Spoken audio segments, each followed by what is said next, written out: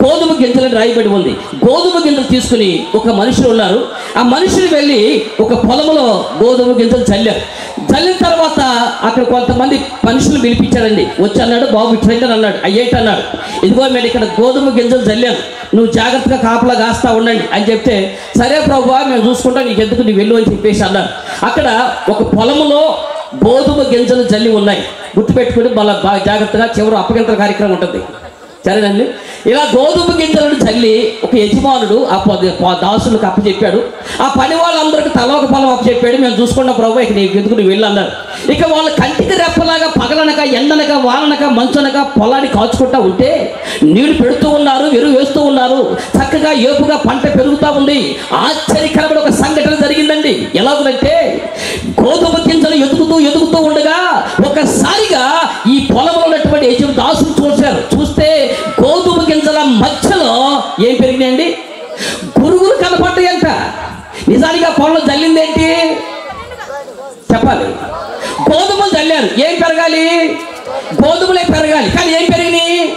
ఇప్పుడు గురుగులు పెరిగినాయి. వీళ్ళకి అర్థం కాల. ఆశ్చర్యపోయారు. ఒకళ్ళు మోసే యాకోబు, అరే ఏంట్రా ఏంటంటా మరి మన యజమానుడు మనకి ఏం చల్లాడు? గోధుమ చల్లాడు. ఆ సంగతి నాకు తెలుసు.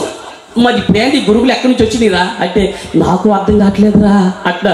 నిజమేనండి, ఆత్మ సమటమైన దేవుని సంఘంలో పరిశుద్ధులు మాత్రమే ఉండవచ్చాడు. క్రైస్తవ సార్వత్రిక సంఘాల్లో పాడు చేసే పాపిష్టి గురుగులు దేవుని సంఘాల్లోకి ఎలా వచ్చారు?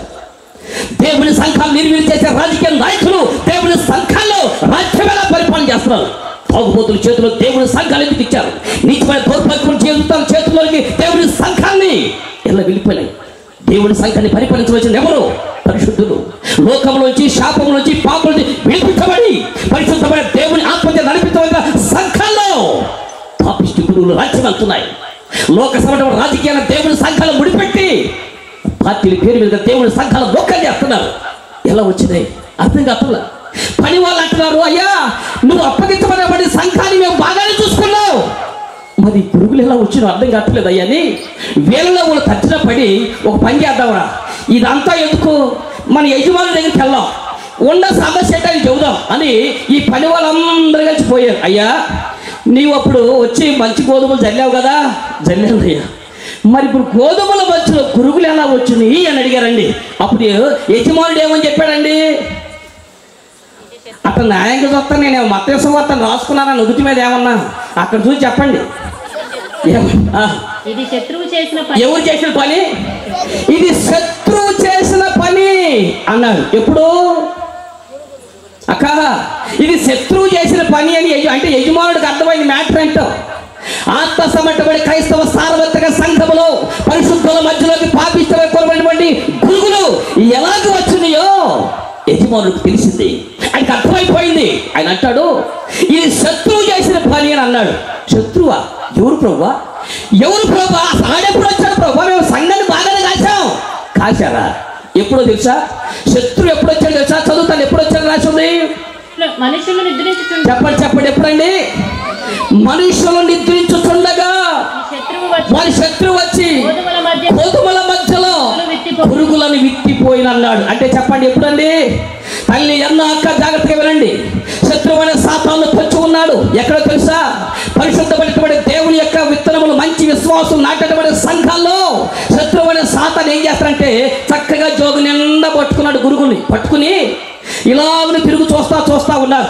సేవకులు ఏం చేస్తున్నామంటే మేము పొలాలను చక్కగా చూసుకుంటున్నాం, కాపలా కాసుకుంటున్నాం. ఎప్పుడో మంచి నిద్ర వచ్చి అన్నాం, కరెక్ట్గా నిద్రపోయినప్పుడు వస్తున్నాడు, ఇట్ట జల్లి ఏమి ఎరణాలు వెళ్ళిపోతుంది. అర్థమైందా?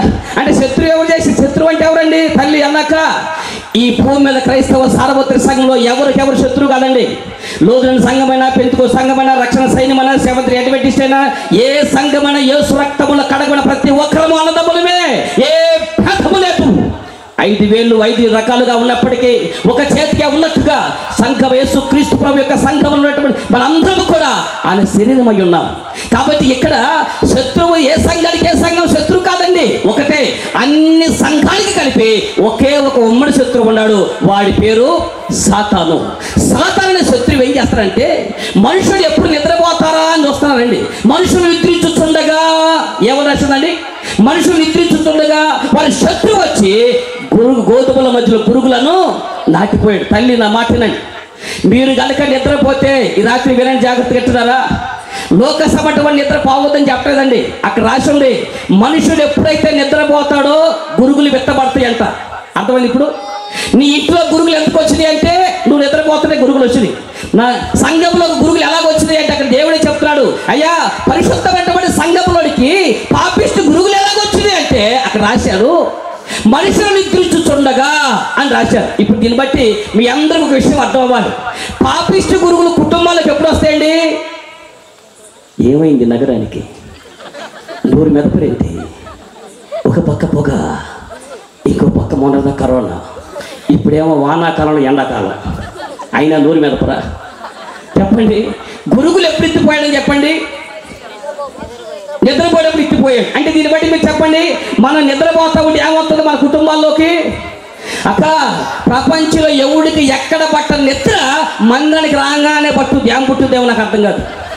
ఏమండి, ప్రపంచంలో అన్ని చోట్ల బాగానే ఉంటుంది, ఎడకి రాగానే నిద్ర పట్టమంటే అక్కడ నాకు అర్థం కాదు.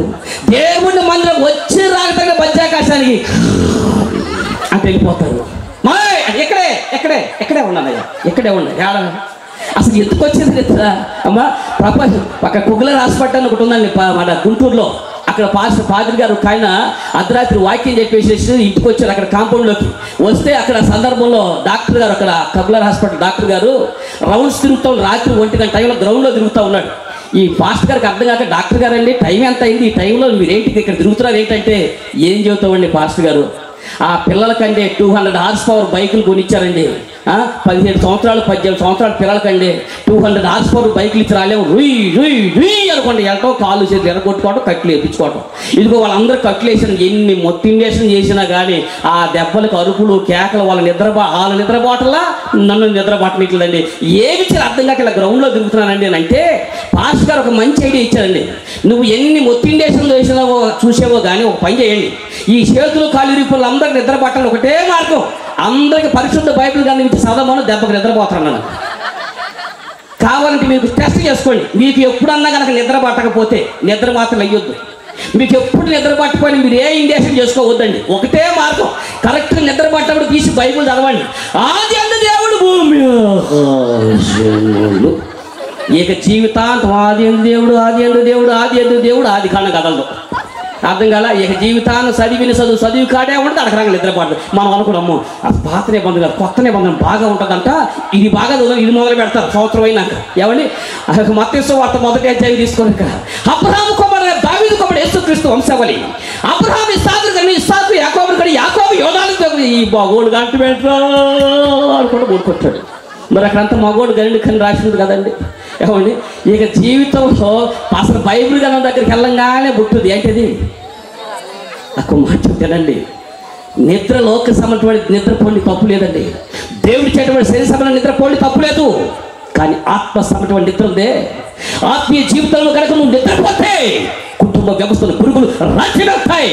చూస్తారు ఎలాగో కాలం కానీ కాలం సమయం కానీ సమయంలో నువ్వు నిద్రపోతే మీరు అనుకోవచ్చు, అయినా ఏమన్నా కాసేపు నిద్రపోకూడదా?